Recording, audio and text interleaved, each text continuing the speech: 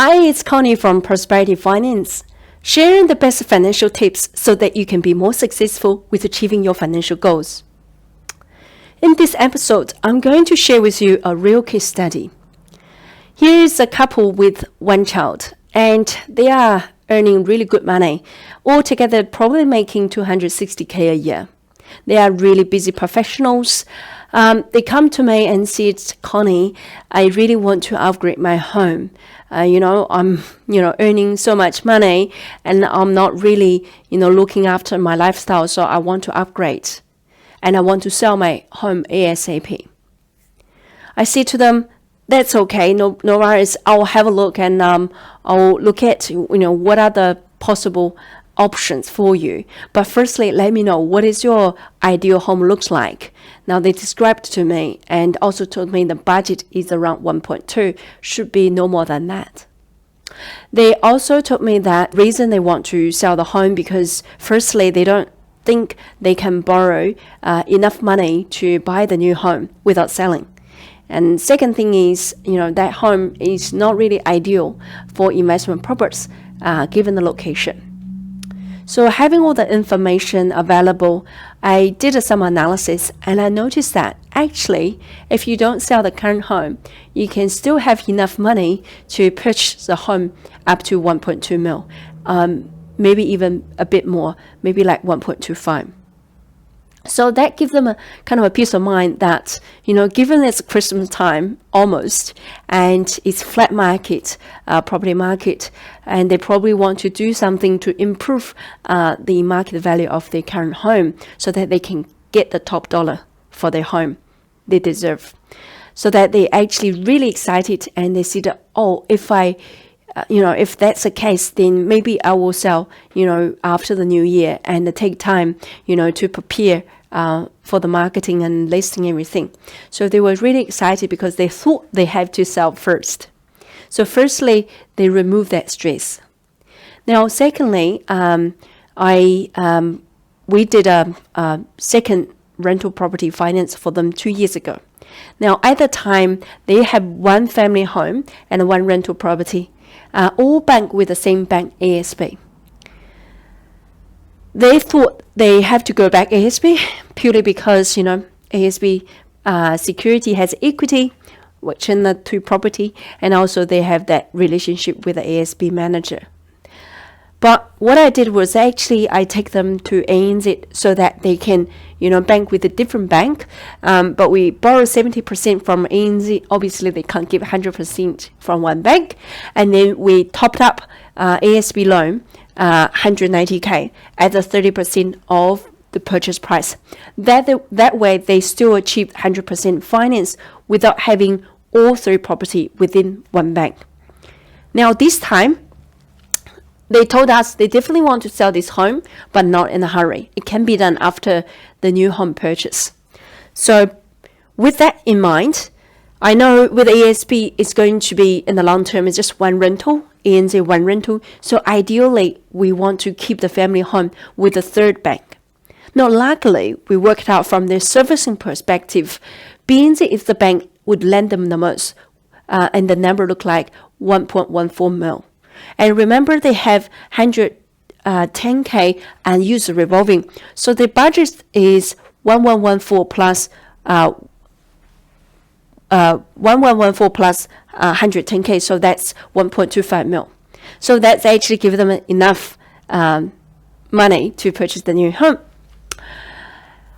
Okay, so we told them, BNZ is the most suitable bank, and it's because you can split your assets and the loan. It will help you to de-risk, minimize the risks from, bank's control. And then we told them that, so if we take this home to BNZ, because that's the property has the equity, right? Otherwise, we can't borrow 1.14 on itself. So if we are taking that home to BNZ,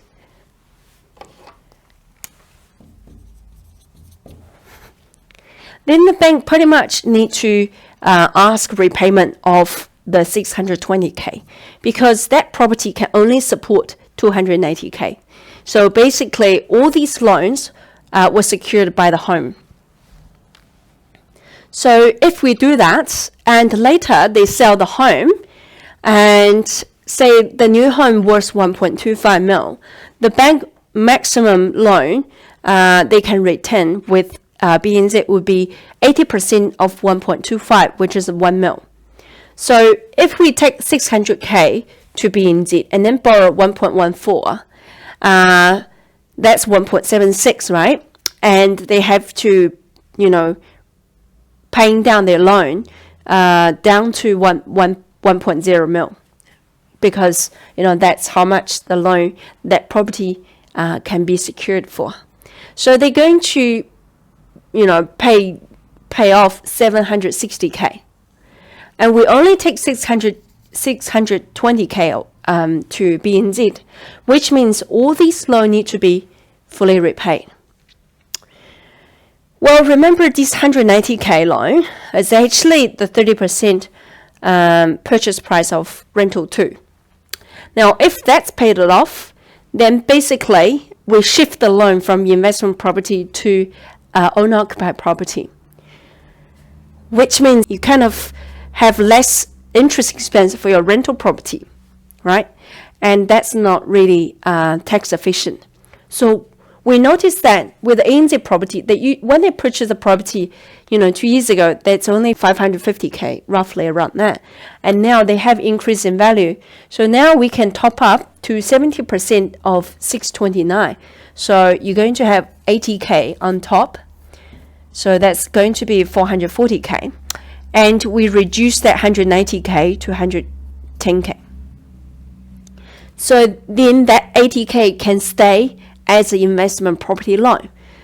Now, by doing this way, client would save roughly about $900 a year just on tax, because let's say 80K and you time by 3.4% as interest, that's about 2,700 interest costs, and based on 30% or 33% in that case, that's going to save them about 900 per year. So then we're going to do this top up first and reduce that loan balance from 190K to 110K. And then we take, less loan. So it's going to be 540K to be as opposed to 620K. So the moral of the story is that we're trying to understand the intention for clients, not just taking orders. Instead of, working out, if we're selling the home at the same time as buying a home, then potentially client get less value for their home. So we're going back to the roots and find out why they want to sell. So that's number one. You're always trying to understand, your situation, the real kind of goal.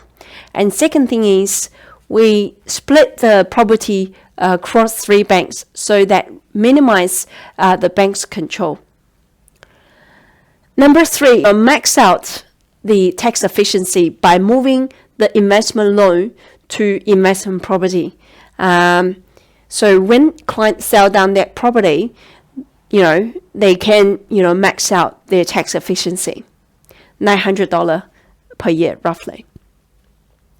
And finally, after they, sold their property, yes, they're going to have $1 million loan with BNZ, but, they're going to have, a big chunk of cash as a net sale proceeds. So we're going to convert some of $1 million loan into a revolving facility, so that will give them the flexibility, but also minimize the interest cost because they only pay the difference.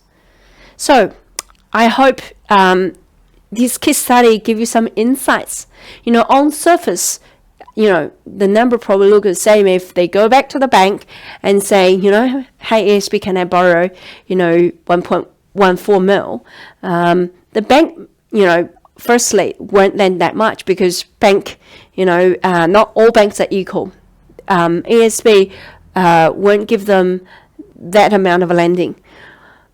But most importantly, structure, that give clients the tax efficiency, give client the peace of mind, minimize the risk, and also minimize the interest cost by having a revolving facility after sell down their current family home. So I hope you can compare, the value we provided to client versus just get the numbers. Please, if you haven't subscribed our YouTube channel, please feel free to do so, because every week we have best information to share with you. Okay, thank you so much. I will see you next week. Bye-bye.